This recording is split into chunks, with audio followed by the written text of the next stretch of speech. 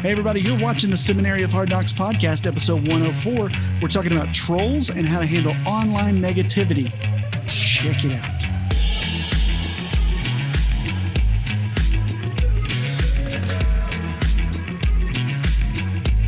I'm back with Megan over there hanging out, and we are both in our houses, and there's some outside noise going on. Like, you got some construction going on over there. Yeah, we're redoing a retaining wall that is a hot mess express. So there's lots happening. My neighbors just let their dogs out, and I just wonder who let the dogs out. Oh. I worked it in there, just worked that into the sentence naturally. That was so smooth. That was so smooth. But I don't know what it is. Like, my neighbors all have dogs that are like these, I call them bork dogs. They just bork, bork, bork, bork, bork, bork, bork, bork all the time. And this window is, I guess, paper thin. So I don't know. It's really. Do they let them out super early in the morning? Because that drives me crazy. Not as much in the morning. I had one neighbor that would leave his two little chihuahuas out in the yard for like 30 minutes. And I think it's like these chihuahuas are like inside dogs. And so whenever you put them out there, it's like their world has ended and they just until freaking out for a solid 30 minutes. And I remember one day I just texted him. I was like, hey, dude, are your dogs okay? They've been out there barking for a while. You know, I'm just kind of like trying to act like I'm really concerned about the dogs. But also get them inside because I'm going to lose my mind. And truthfully, I am, because if they keep barking, I'm going to hurt them. They're ridiculous. You know, it's like, I wouldn't really hurt them. The chihuahua barking sounds really difficult to put up with. It is. It's just like this little yipe, yipe, yipe thing. And oh my gosh, it's so annoying. And it's funny. I didn't intend for this to happen. It's kind of like, it goes along with what we're going to discuss today, because as we're trying to record this podcast, we're getting trolled by dogs and getting trolled by construction, trying to do something. And we're like, okay, all right, shh, out there. Listen, we have important things to say. Stop interrupting us with your awful sounds. Right. And I don't know what people make awful sounds out of their mouth. They do. And sometimes they form them into words, which are awful. And that hurts our feelings. Yeah. And we don't like it. We don't like it. I definitely, I can't handle it when there's a repetitive sound over and over like that. Like that Chinese water torture? Yes. It's like that. But it's like when there's a sound, even when my kids would do things like they'd roll that little popping machine around, like when you have a kid. Like, you bought one of those? No, someone gave it to us because they hate us. And my kids push that thing around, and I'm like, who invented this? Those are the kind of toys that disappear in this house. Right. Which sadistic psychopath created the rolling pop ball thing for kids? Because the kids love it, and they do. And my kids push that around the house, and it's like pop, pop, pop, pop, pop, pop, pop, pop, pop, pop, and I'm going, oh my gosh. Yeah. I'm gonna actually go outside. I hope they stopped selling those, because those are actual torture for parents. They haven't. Actual torture. They haven't? No. They still sell them? Mm-mm. They are in the toy aisle, man, at like Target. See, we don't ever go down the toy aisle. I don't even we don't hit that spot, you know? We stay away from it, so I don't even know what's there. Right. I think there's a point in your life with your kids where you're like, okay, I think it's time to let them know there's a toy aisle. Yeah. But early on, you kind of want to keep... there's no toys in Walmart. Don't, just a grocery store. Shelter her as long as possible. No. Oh my gosh. Well, but since the trolls are quiet outside right now, I guess we can talk about online negativity. That's something that a lot of our churches deal with. If you're in social media, if you are, even through email, you can get trolled. I mean, pastors get emails all the time, and the band was too loud and blah blah. It's a funny story. I tell this all the time. When we talk about this, I used to work at a church where we had the prayer request form that was in the bulletin, and you could write a prayer request in, tear it off, put it in the offering plate when it comes by, and we would add it to our prayer list, et cetera, et cetera. And when I first came on staff, I was a youth guy, so I didn't have anything to do with the worship team. But I swear, every week we got a prayer request that actually said, please pray that the band would be turned down over and over. That was that's passive aggressive. That's a real thing. I mean, so trolling is not just a social media thing. I mean, it comes in all forms and all shapes and sizes. Oh yeah. And they never sign their name. And so, I mean, with that kind of thing, what do you do? I mean, there's nothing we can do. I don't even know who to respond to communicate to that person. Right. Exactly, so that just got file 13 almost every week. And there was at one point where when I spoke, I wanted to just go, and whoever's writing this, this little note, which to the person writing this note on the screen. Yeah, that's not a prayer request. Actually, a prayer. I wanted to so bad, but I mean, when people troll us and they're negative and stuff, I mean, the natural reaction that most of us have is defend ourselves, defend the church. We want to get them because they're often just real rude, or shut them up, or just ignore them. You know, so their negativity doesn't get spread. Yeah. And I'll tell you, I see that in the Facebook groups that we're in with church communications a lot. There's almost every week, there's somebody that says, we got this on our page. What do I do? And I don't know about you. It just kind of breaks my heart how quick everyone is to go, just delete those, just ban those. Who cares? You don't need to respond. They're just a troll. They're just a troll. I hear that all the time. When I first started, I guess this was probably 3 or 4 years ago, I went to Social Media Week in Chicago, which is like a really, really big social media conference. And they had a church there representing nonprofits. Oh, okay. And somebody, which was really cool. So I sat in on the nonprofit section, like workshop or whatever. And somebody had asked this woman who, it wasn't Willow Creek, so don't get that in your head. It was another church, another big church in Chicago, and asked her, hey, how do you handle negative comments? And I thought, oh, this will be great. It's the church, right? We get to talk about how to be the church. And that's going to be a really cool representation for all of these nonprofits. You know what she said? I'm nervous. What did she say? She said, oh, we just ignore those. Yeah. We ignore those. That's typical, I think. And that's sad that that's typical. I hope it's changing. I got to talk about this at that church conference, and because this is near and dear, this is near and dear to my heart. And one of the things about trolls that I've noticed in just dealing with people, first of all, they're people, and that's something we tend to forget when we say let's just ignore them. You know, it's like you wouldn't do that to somebody in real life. You wouldn't do that to a person that came into your lobby and was like, "Hey, I don't like how you did this," or blah blah blah, and you, "Oh, well, I'm sorry." You'd respond. You know, let's talk about it. Yeah, you'd want to you'd try to reach that person. And, there's sometimes where the troll is like really clearly not interested in that. They're just here to make trouble or whatever. And I think sometimes you can tell, but even then, I just feel really hurt sometimes that the church feels that any negativity online is meant to be just brushed away and ignored, because negativity is feedback, essentially.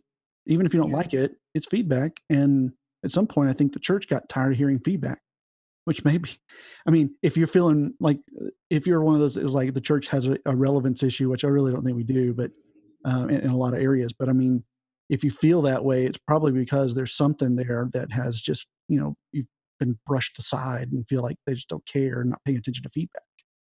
Yeah. So what do you think, like, what do you think makes up a troll? Like, why would somebody troll your page? Yeah. I think ultimately, if someone is, because you got to think about, what did it take for you to get this message, right? It's someone's had an experience somewhere, whether your church or elsewhere, then. Do you hear that? I do. That's a saw. I'm pretty sure they're sawing rock right now. Oh my gosh. That's amazing.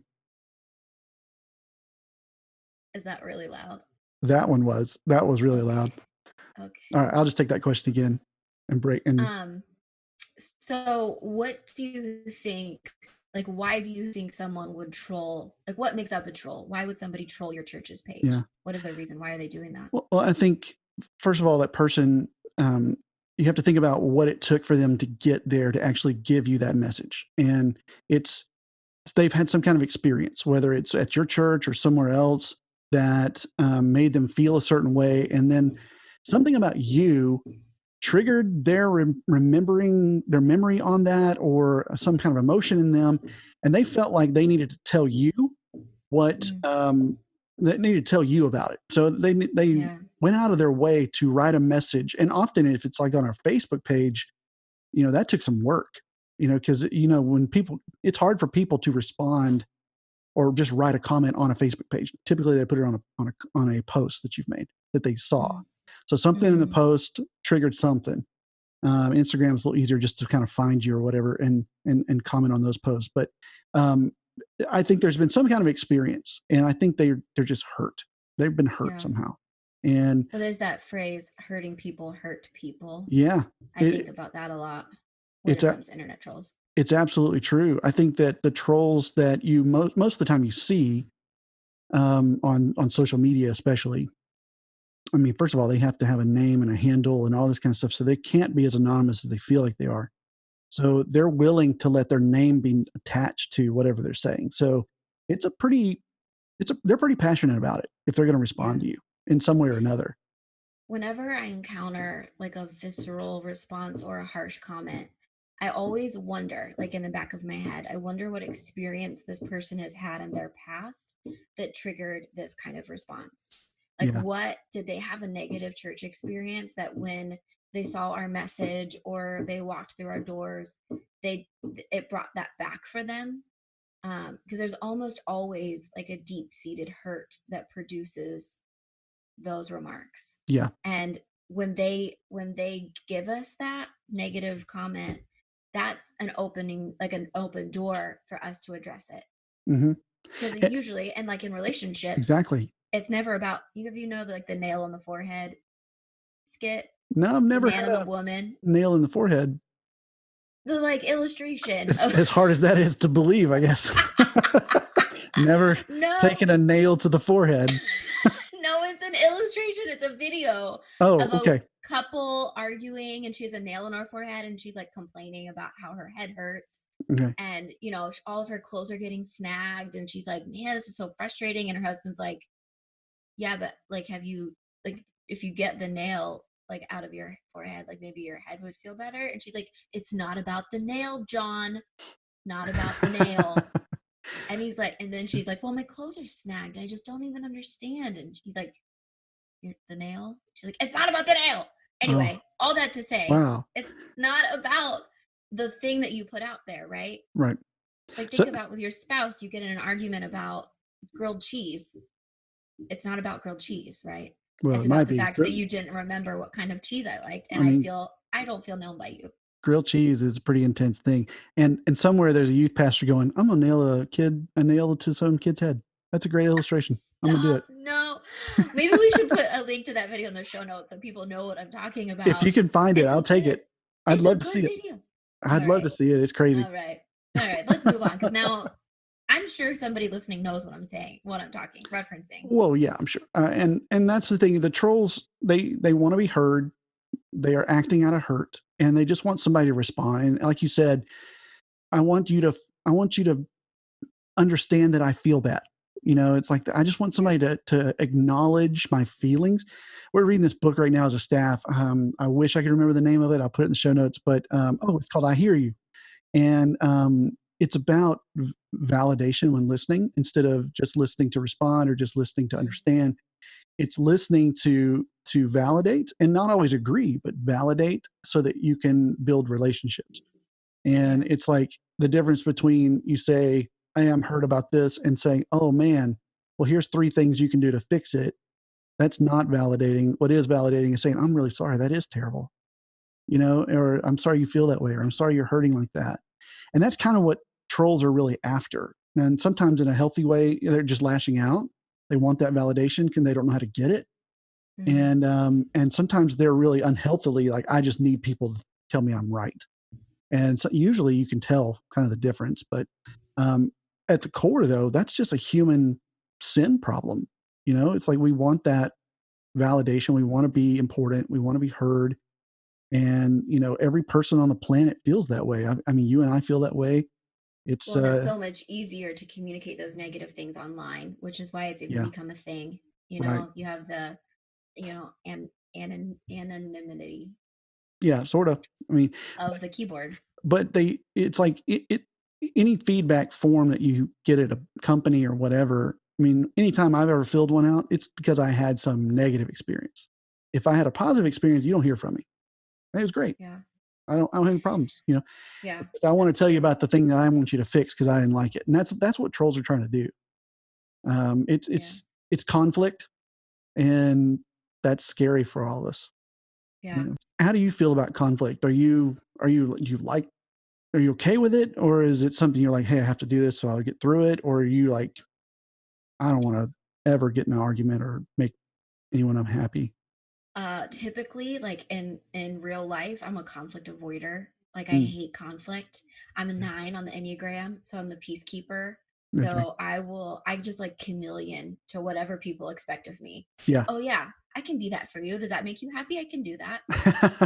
Like I Yep. just kind of morph. But um when it comes to online stuff, I don't know. Do you feel like you are a little bit different online? Well, I mean, Like when I I think see everybody is. negative, yeah, when I see negative stuff like that online, I want to hit that head on because Mhm. I see that, like if somebody comments negatively on my church page, I see that as an opportunity Yeah, I do too. for reconciliation Hmm. versus, oh, we have like a gap here and we need to fill it. Yeah. Like there's something And has happened and I think you have to kind of train yourself to see that.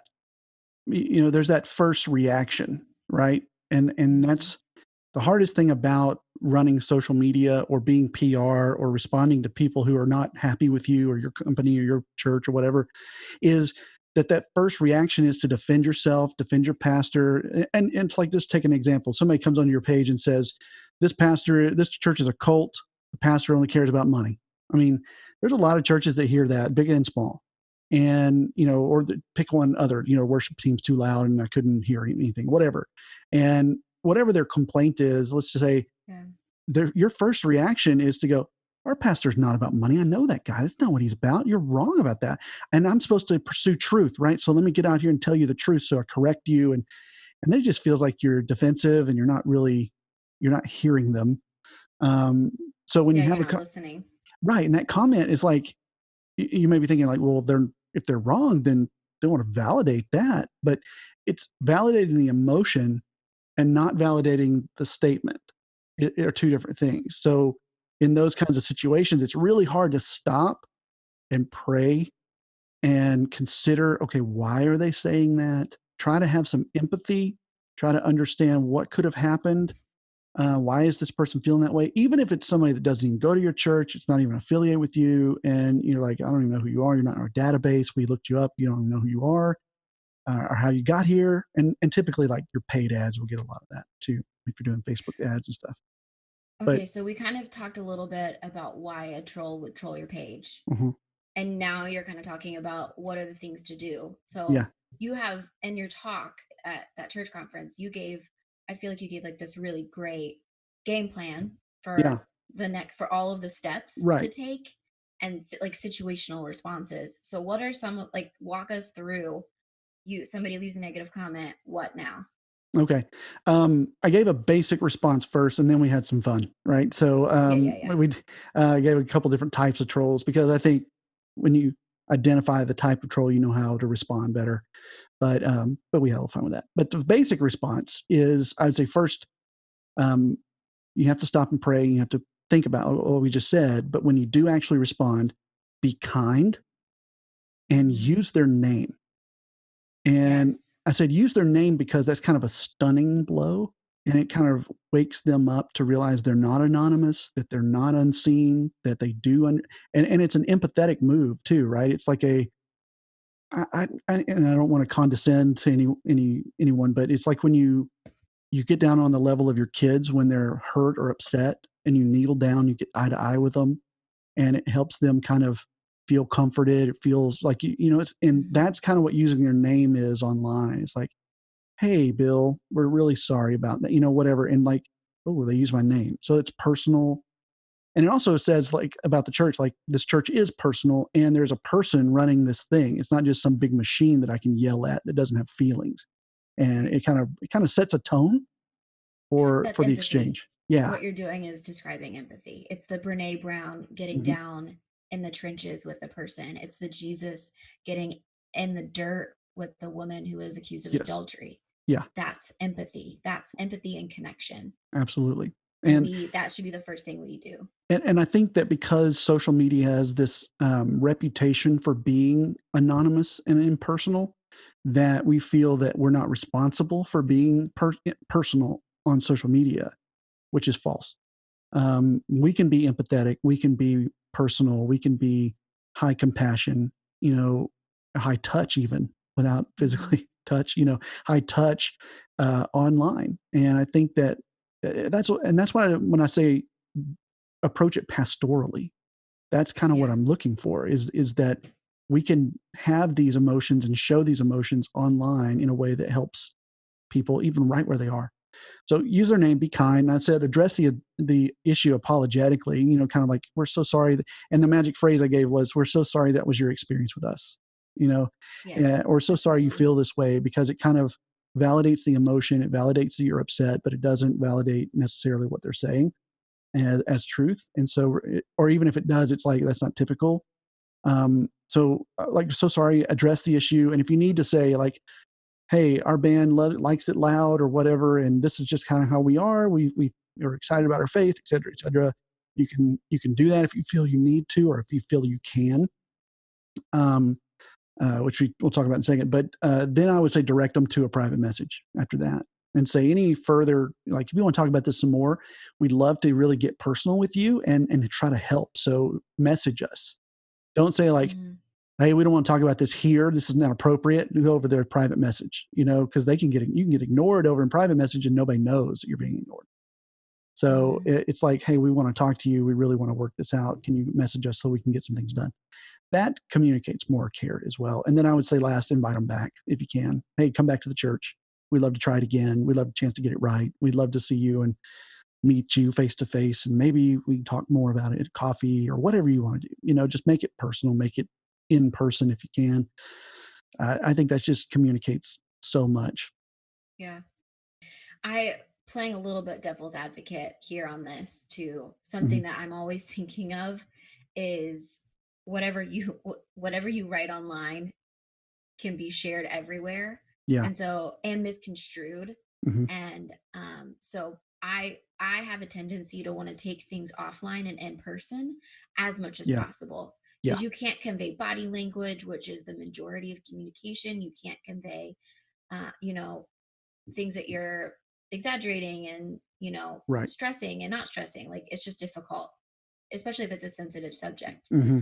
And if it's Absolutely. somebody that's attending your church that you are aware of, that you know of, or if that they've physically been there, like Hmm. they're in your community, Yeah. that is the best step, regardless of what you're talking about, is to meet with them in person. Yeah. And And you're that right. And buy if, them coffee. man, if you know them, that's such a good move. Like, skip everything I just said, do what you said, and just comment maybe under the comment they put in. Just say, hey, sent you a private message, and then or sent you a private message to try to, I want to get together or something like that. And then send them a message that says, hey, saw your comment, totally want to help. Can we get together for coffee and let's just talk about it? Hmm. And that way people know that you responded and that you Yes. cared, but you're not going to see all that there. So they're willing to move on, because that's for the audience, right? And then that person knows, okay, because sometimes as a church, with Messenger or Instagram DMs or whatever, if you're using that, um, sometimes the ones that you're not following or friends with, they get hidden behind the message request or whatever, and you don't see them. So tell them that you've done that so they'll know to look for it. But Yeah. you want to make sure they know you've done that so that they can get the message and not feel like you just left them hanging out to dry. But And I would say also, if there are questions that are regularly asked, like you get all the time, um, or like, one thing that we had hit us a lot, or a question we would get a lot, because one of our churches is in Ann Arbor, is, are you guys LGBTQ friendly? yeah. So how do you answer that question online? I would Mm, recommend having the responses to those, like, have those questions laid out, yes. and pre-write responses that you get like approved through your leadership. Yeah. And then give those to your front desk people, give those to right. your communications people, anybody that's going to be your community life, small group people, anybody that's going to be responding online anyway. That way you're all on the same page Mm-hmm. and you say the right thing the right way Yeah. every time. That's great. That's a great tip. Having those pre-canned, at least a place to start, because you always want to look, you don't want to just copy and paste even any response. You just Right. copy it and then you kind of go, let's make it personal for them and, and address that. But that's a great tip. But let's talk about going and getting approval, because you get those kind of questions and communication directors are kind of like, whoa, I don't know, that's not for me to answer even. So I think before you really start answering trolls online, you need to have that conversation with your senior leadership. Like, how much do you really want me to answer, and when do I need to have a plan of escalation? Right? When do I escalate this up to you to respond, and then work on those planned answers together and make sure they're good for everyone to have, so that your leadership knows what's going on. Because let's be honest, social media is where our people live, and you're the voice and the mouthpiece of the church as much as, or maybe even more than, the pastor is, unless he's on social media. I mean, let's be frank. They're involved with our daily posts and engagement, and that sets a lot of the tone for who we are as a church.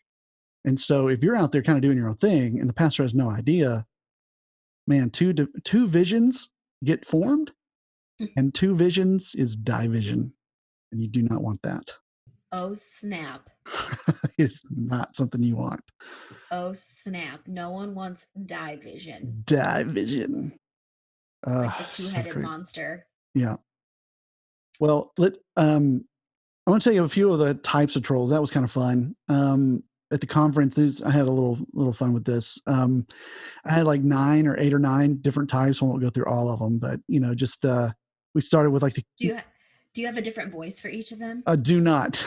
Oh man, I'm so disappointed. I was, what's funny is, like, I had a friend of mine who's a designer who designed that shirt that I was wearing, and I was going to say, super dope. And I was like, it's a Nintendo game looking Trollslayer video game from like the 80s. And I was like, it's on sale on my website. You can go buy this. Didn't say a word about it. Didn't say a word. Oh, you forgot? Forgot completely. I'm up there wearing the shirt. It looks just like my slides. I'm talking about trolls. Everything was there except this dummy didn't even say a word. So if you're listening to the podcast, go get that shirt. I was just going to say, everyone now knows that shirt is available. Yeah, and I just actually reduced the price on it a little bit. So now's the time. So go get it. But I talked about like a couple different types, like the confuser. The confuser troll is the one that has the wrong church. They think they've got a different church they're griping at, and doesn't even have, they're griping at you, and you're like, who are you? I don't even know who you are. So that's why you always run them through your database, right? When you see something, run them through the database first and go, okay, I don't know who this is. I like the name of this next one. It's probably my favorite. That's my second favorite. The Wandering Grumpus. Yes. The Wandering Grumpus just kind of wanders into your church, and like there's something they didn't like, and they're just finding stuff. It's really not. It's just not for them. And I call them the Wandering Grumpus. I didn't really say this in the talk, because most of this type of troll, they church hop. They'll be in your church for 3 months, and then they're going to get mad about something, and they're going to go somewhere else. And then they're going to get mad at 3 months there, and they get mad about something, and then they go somewhere else. It's just they wander around. They're grumpy. There's always something to gripe about. And so that's the Wandering Grumpus. And then the atypical gripe, this is the one that like has a problem and it actually is legit, and it's like something, but it's not typical. It's atypical. And so you're like, that was weird. And you investigate and find out, yeah, that really did happen. That really was a problem. We dropped the ball. We should go fix it. And so there's a certain way to respond to that and go, hey, well, that one's hard because you don't want to throw your team under the bus when you respond. Like, oh no, we're so sorry, we sucked, and the whole connections team who failed is like, dude, what the heck? We look so dumb now. Yeah, well, it's like it's like when your tech team makes a mistake on a slide and the pastor's like, oh, that's wrong. It's like, we know, but thanks for pointing out our mistake. It's kind of making thank you. But the verbal rager is the most popular one. And a funny story about this one. This is one that's just mad and just wants to hurt and just comes in and cusses or calls your pastor a liar and says you're a cult, this kind of thing. They're angry. just angry. For apparently no reason. Yeah, and it's just like, okay, what's your deal? And in this one, I always had a response set up, and I used a fake name. And for this one, I used the name Karen. And it's like, well, hey, Karen.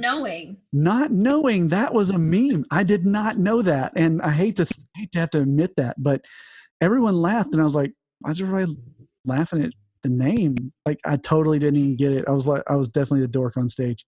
But turns out, a funny name. What the heck? I know. And I was like, I guess I just I don't know, miraculously hit on some internet meme thing that was funny. I can't believe you did not know about Karen. No, I didn't know. I did not.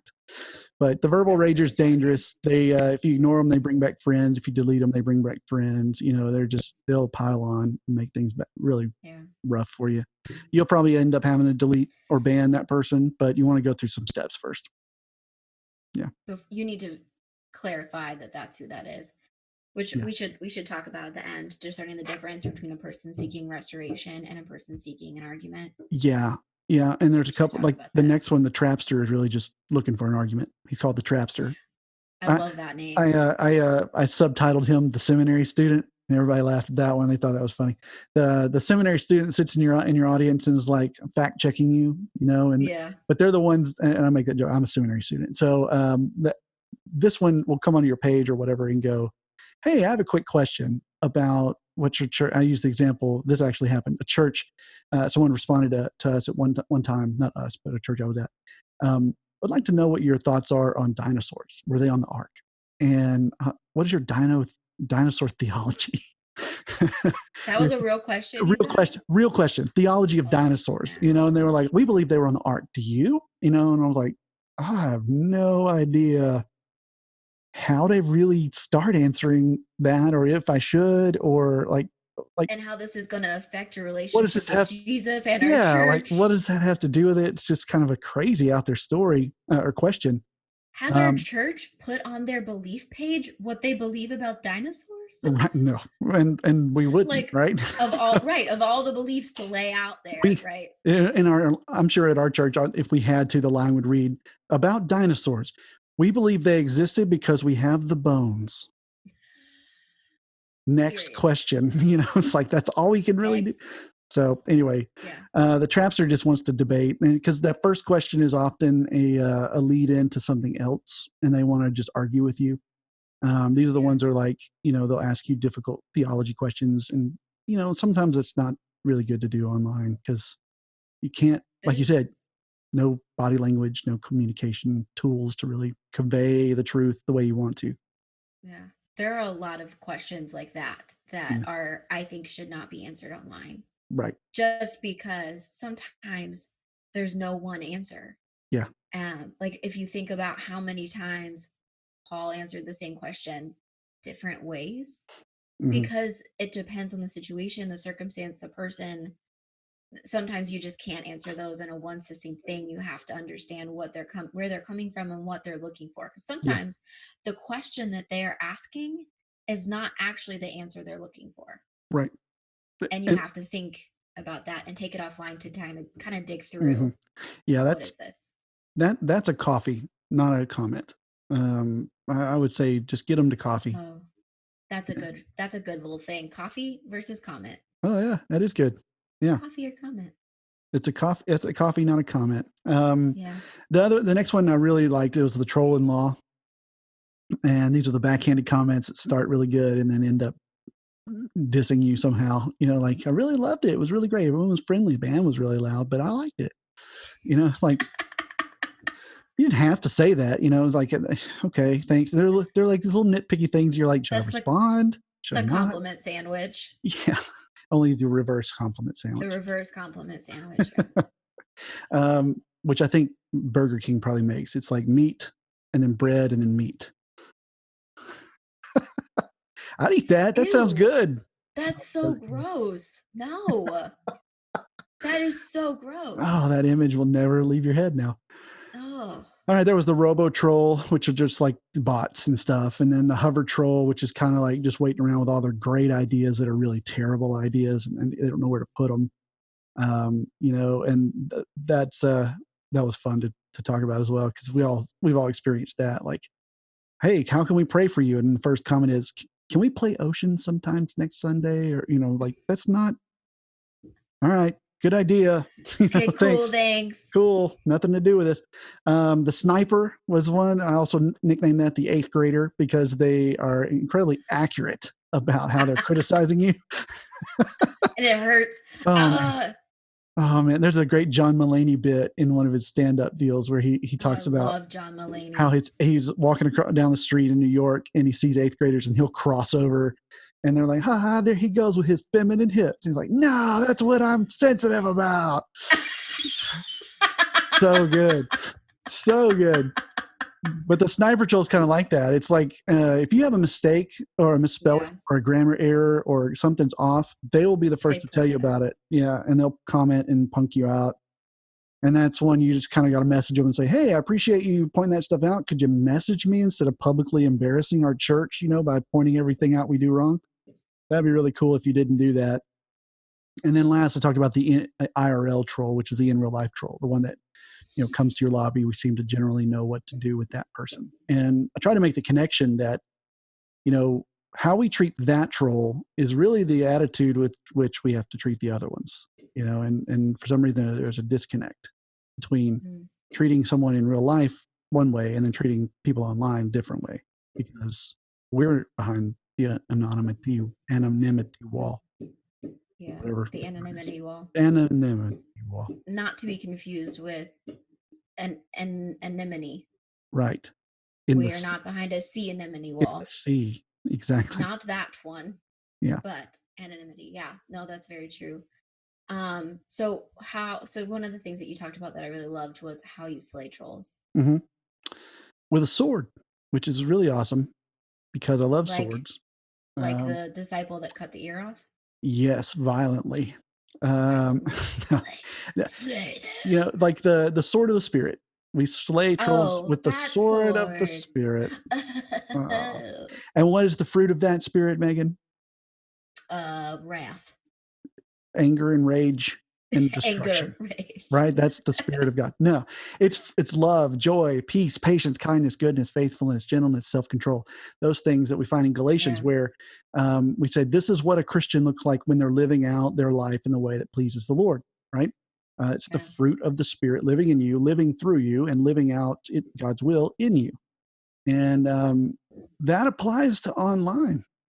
That applies to social media. It applies to when we get a rough email, and it applies to when someone yells at you in your lobby. It's the same, The thing that I'm reminded of, I keep thinking about is, again, like going back to the importance of our role, and the healthier we are as people, the closer we are to Jesus, and the more work we've done to heal and restore ourselves, the easier it will be for us to heal and restore other people. Yeah. Like all of this dealing with trolls is really just how to handle conflict well. If we treat them like a person in real life, like a real life relationship, we need to understand how to handle relationships well. And that requires for us to be healthy, and that requires us to be good disciples of Jesus. Yeah. And so we need to do that first, so that when people come to us with difficult questions or negative comments, for us to be able to put ourselves outside of it and like remove ourselves from the emergency that they seem to be having. Yeah. And see it as a holistic picture and a holistic person that needs hope and healing and Jesus, then we can positively address it every time. Yep. But we need to be healthy first. Yeah. It's something I think my grandfather used to say. I never actually heard him say it. Somebody told me he said it all the time, and I was like, that's brilliant. I wish he'd said it to me. But he said, you can't pour from an empty glass. And it's like you have to fill up yourself daily. You have to fill yourself up with the things of the Lord, of God, to be able to pour those things out for other people.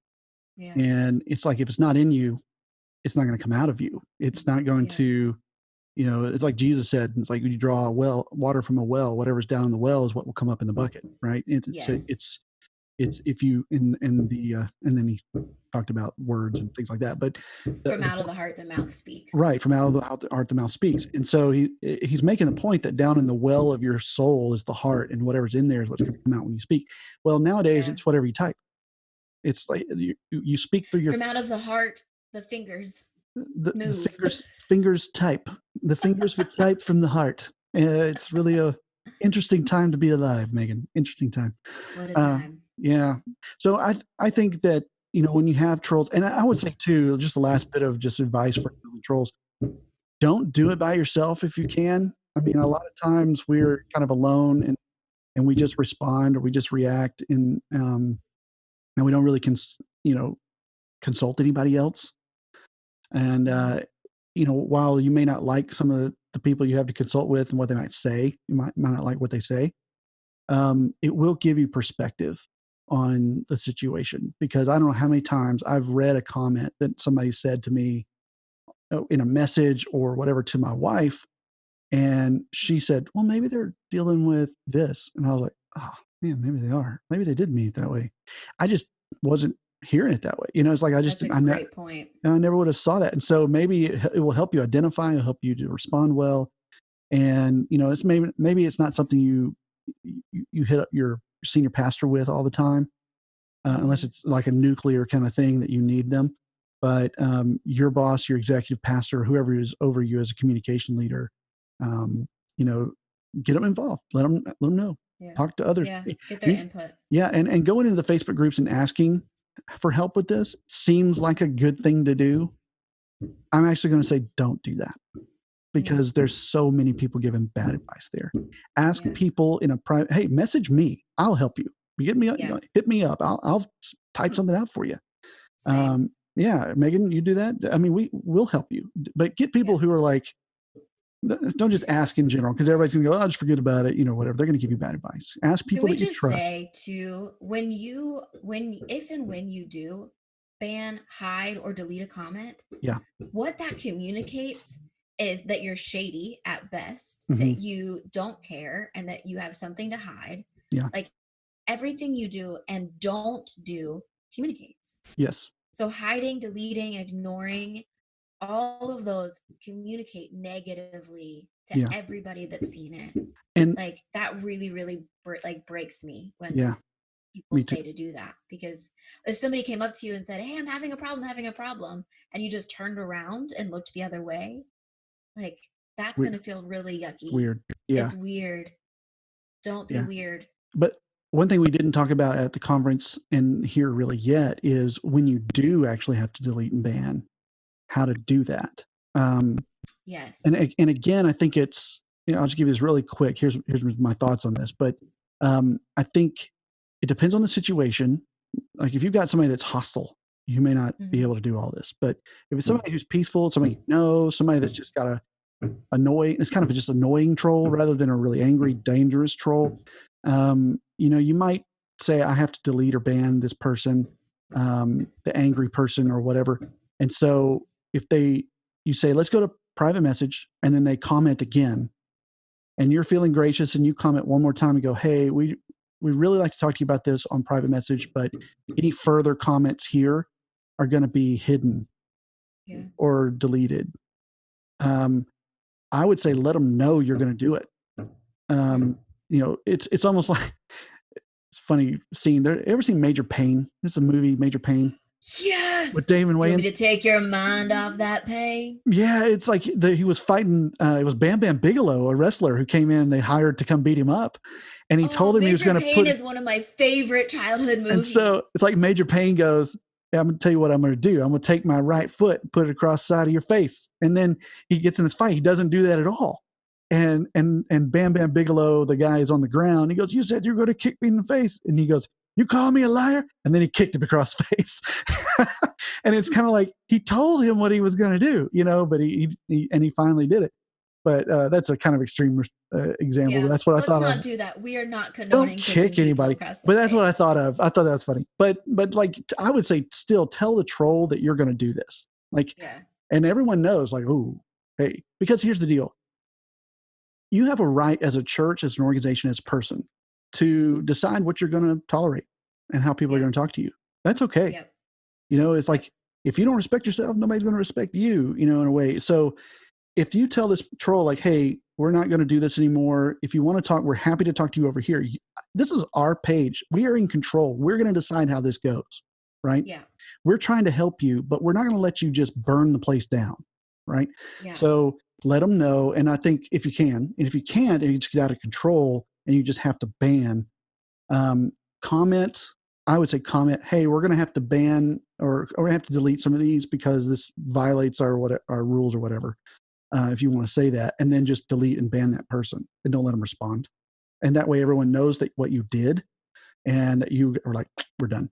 And that person is not going to be able to respond anymore.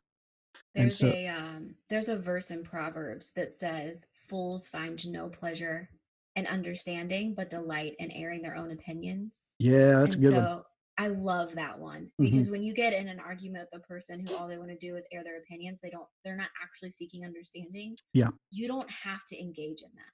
Right. I don't have to engage with you if you're not seeking understanding, because this is a foolish argument. Exactly. And we are not required to have foolish arguments. Like, and man, there's so much to that. I mean, you've got people who just want to be heard, and you validated them. You validated their emotions. You heard their initial issue. You gave them an avenue to come and have this problem fixed. You were giving them time. You're one-on-one. You even offered to have coffee, and they still want to go anger right here on your page. No, we're not doing that. That's when you just go, sorry, man. We'd love to help you, but you clearly don't want help. You just want to hurt us, and we're not going to let you do that. But keep the door open. We're always here if you do want to. Yeah. Bridge the gap, reconcile. It's like, we're going to ban you from the page, or we're going to delete these comments. I'd say do that first before you ban someone from a page, and to kind of let them have a warning, and say, we're going to delete these comments, and if you'd like to talk about it further, hit us up in private message. But any further like bashing or things like this could result in the banning of you being banned from the page. That's called healthy boundaries. Yeah, healthy boundaries. And that's called protecting your sheep, protecting your church. Yep. Like we do not have to subject everyone to wolves coming in here looking to devour. Yeah. And if you don't feel comfortable putting that in a comment, then do the thing I said earlier, like say, hey, we sent you a private message, try to figure this out, and then send them a message that says that, hey, private message, buddy, we're trying to help you out, but you're not paying attention. So next time you do something like that, we're going to, ban you or whatever. And I would say this is also like a very rare situation. Like there are probably going to be very, very few people or pages that you're going to have to do this with. Yeah. Like most people are going to air a negative opinion and then leave it, or maybe 3 months later air another one and then move on or move forward. There are going to be very few people who are just looking to pick a fight and don't go away. Yeah. Once you handle it well. I've only had one person actually reach out via private message when I gave them that option, and most of the other ones, when I've responded, they never responded back. I never heard from them. But I put the ball in their court. And I gave them an option, but they kind of like, I said my piece. You heard me. I see that you heard me. That's fine. A lot of people just kind of move on. And now, if you're at a church like Lakewood, probably going to deal with that a lot. You have a celebrity pastor who says things that, well, let's just stop there. You have a celebrity pastor who says things. Exactly. There's going to be anything he says. There's going to be somebody out there that thinks he's an idiot and hates him, or whatever. A celebrity pastor who uses words. Yeah. If you've got a global audience, you're out there in front of people, you're probably going to deal with this a lot more. But if you're a typical church, the average size of the church in America is like 100, 150, somewhere in there.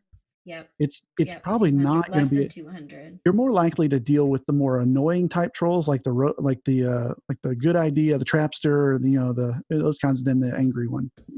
Most of the time, if you're a smaller church, which most of us are, then the ones who are angry, they know how to get a hold of you, and they're not going to do it on social. They're going to email you or something like that. Sure. There's a general email or something. They'll fire it out. So, well, this has been really good. I feel like. I enjoy talking about this. I could talk about this forever because it's so near and dear to my heart. I spent some years as a pastor, and that it's just loving people where they are, no matter where you are, is is kind of the name of the game. So any parting thoughts, anything you wanted to add to that before we get out of here? No, I mean, I think we covered a lot of really great things. Just the big stuff that was standing out to me was not hiding and deleting stuff that we shouldn't be hiding and deleting, taking care of people, loving them, and viewing these negative comments as an opportunity to show what the church looks like, which is hope and compassion. Yeah. That's what we should be known for. Absolutely. It's a great opportunity to exhibit that. Absolutely. Well, thank you guys for listening. I really appreciate you being with us today. Had a great time talking with you. Get the show notes for this and below on YouTube, or go to sethmuse.com/104 and get some of these links that we talked about. I'll put that book in there and other things. So thanks for listening to the Seminary of Hard Knocks. See you, everybody.